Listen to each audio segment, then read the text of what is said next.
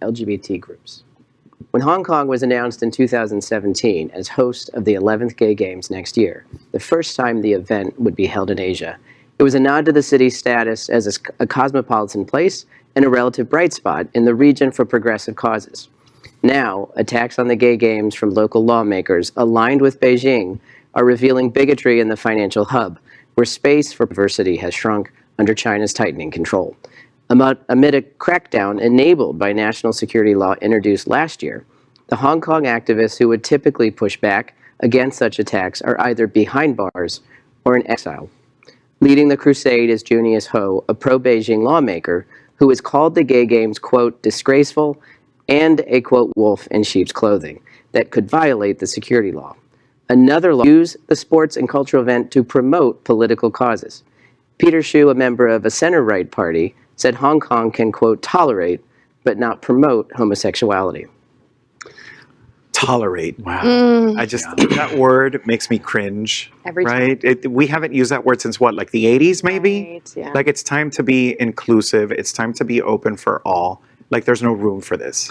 Well, I think, we're seeing the repeal of a lot of the progressive things that were in Hong Kong, and didn't they outlaw a newspaper recently? Yes. Yep. And so these are, it's a slippery slope, and, we as a country are going to have to decide whether we want to do business with them, and because they're our largest, market to export to, and we buy so many products from them, and how's that going to impact our economy? And I just want to prop out at the table, not only does America have to decide, but like in this specific event, we follow our events in the LGBTQ community closely.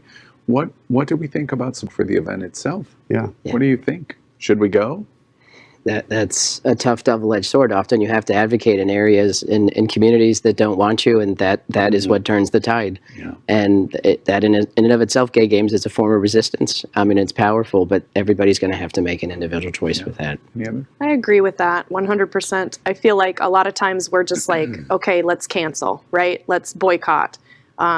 We live in cancel culture, right? But your point is so valid, Nathan, that we've got to open up those conversations, because that's how change happens, one conversation at a time. And you're punishing the athletes more than Right. the country itself, so I feel the same, that you need to still support. You're meaning, therefore, you would not be in favor of boycotts in general? Is that what you're saying? Boycotts of the Gay Games. Oh, okay. Yeah, again, the standpoint, I think, and the way that the government is going to deal with China and these attacks on, all different, whether it's LGBT or any other progressive, I think the government needs to come up with some ways to combat that. I'm very conflicted, honestly. I want to say absolutely, because I want to go to Hong Kong. I've been to Hong Kong many times. I love Hong Kong.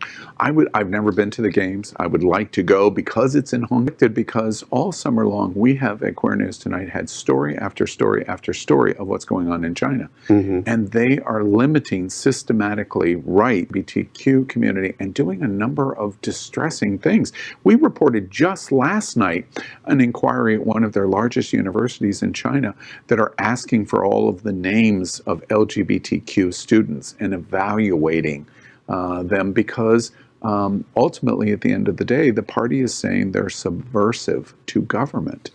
And in China, if you're subversive to government, that means you're not going to stand up to a government that says we don't care if you don't have personal rights and freedom and free speech. Yep. And so we could be in a situation, if we go to Hong Kong, that's exactly the firestorm we're in the middle of when the games come around. So I'm very torn of saying, do we support Hong Kong and the LGBT community and the worldwide sports LGBTQ community?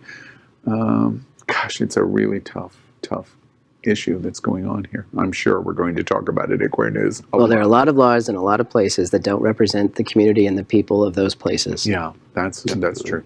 LGBTQ plus news is vital for our community and for the broader world as a whole. We have enough enemies at Fox News. Tucker, Sean, and Laura are loud. We need passionate allies. Happening Out Television Network, Queer News Tonight, and It's Happening Out are literally out of the closet and into the headlines. Our community needs your support. like this broadcast, and subscribe now to ensure the growth of the entire LGBTQ